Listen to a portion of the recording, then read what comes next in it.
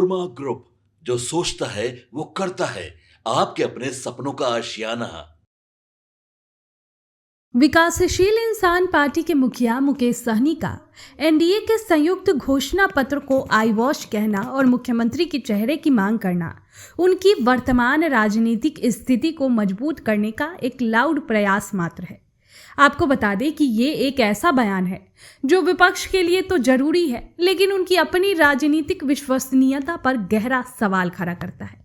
सहनी जी जिस बेबाकी से एनडीए से 20 साल के शासन का हिसाब मांगते हैं, उसी बेबाकी से बिहार की जनता उनके पिछले 5 सालों के राजनीतिक सफर का भी हिसाब मांग सकती है। देखिए, मुकेश सहनी ने राजनीति में कदम रखते ही खुद को सन ऑफ मल्लाह के रूप में स्थापित किया। उन्होंने निषाद समाज के उत्थान को अपनी राजनीति का मूल मंत्र बताया, लेकिन इस नेक मकसद के रास्ते में उनकी राजनीतिक अस्थिरता एक बड़ी बाधा रही है। बता दें कि 2019 लोकसभा चुनाव में वे महागठबंधन का हिस्सा बने, लेकिन कोई सीट नहीं जीत पाए। 2020 विधानसभा चुनाव से ठीक पहले उन्होंने तेजस्वी यादव पर पीठ में छुरा घोंपने का आरोप लगाते हुए महागठबंधन को छोड़ दिया। अब ये कदम सीटों के कम बंटवारे को लेकर उठाया गया था। फिर 2020 में वो एनडीए में प्रवेश करते हैं। वो आनन फानन में एनडीए में शामिल हुए और मंत्री पद भी हासिल किया। सत्ता के शीर्ष पर पहुंचने का ये उनका त्वरित तरीका था। फिर 2022 में मंत्री पद से हटना और पाला बदलना हुआ।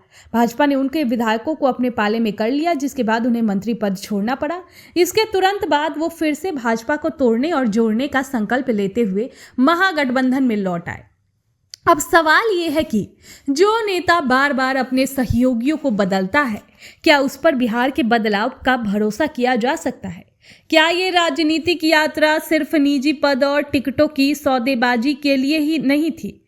सहनी जी को पहले ये बताना चाहिए कि 2020 में जिस एनडीए सरकार का वो हिस्सा थे, उस दौरान उन्होंने बिहार के पिछड़ेपन को दूर करने के लिए कौन से असाधारण काम किए, जिसके लिए अब वो दूसरों से जवाब मांग रहे हैं।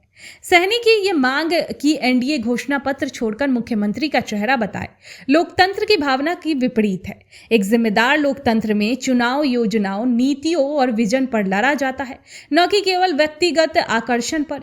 एनडीए का घोषणा पत्र, संकल्प पत्र जनता के सामने एक रोड मैप रखता है, जिसकी आलोचना करने के बजाय सहनी जी उसे बेईमानी बता रहे हैं। उनकी इस मांग का मूल कारण यह हो सकता है कि उनकी पार्टी का जनाधार केवल एक छोटे से जातीय समूह तक सीमित है और उनके पास बिहार के समग्र विकास के लिए कोई व्यापक और मजबूत आर्थिक या सामाजिक मॉडल नहीं है। मुकेश सहनी खुद को डिप्टी सीएम के चेहरे के रूप में प्रस्तुत कर रहे हैं। अब ये एक स्वार्थ केंद्रित राजनीति का प्रतीक है। क्या मल्लाह समाज के उत्थान के लिए उप मुख्यमंत्री का पद हासिल करना ही अंतिम लक्ष्य है? क्या बिहार के करोड़ों युवाओं, किसानों और श्रमिकों के भविष्य से जुड़े नीतिगत मुद्दों को एक व्यक्तिगत पद के सामने गौण कर देना उचित है? मुकेश सहनी का यह दावा कि बिहार की जनता बदलाव का मन बना चुकी है और महागठबंधन की सरकार सभी धर्मों, सभी जातियों की सरकार होगी, सुनने में अच्छा लगता है, लेकिन उनका अपना राजनीतिक इतिहास जाति केंद्रित और अवसरवादी रहा है। उनकी पार्टी का आधार केवल निषाद समाज के इर्द गिर्द घूमता रहा है।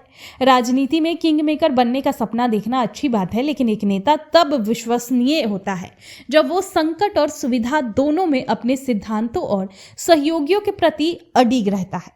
जिस नेता के नाव सत्ता की हवा के साथ अपनी दिशा बदलती रहती है, उस पर बिहार की 20 साल की बदहाली दूर करने का भरोसा कैसे किया जा सकता है?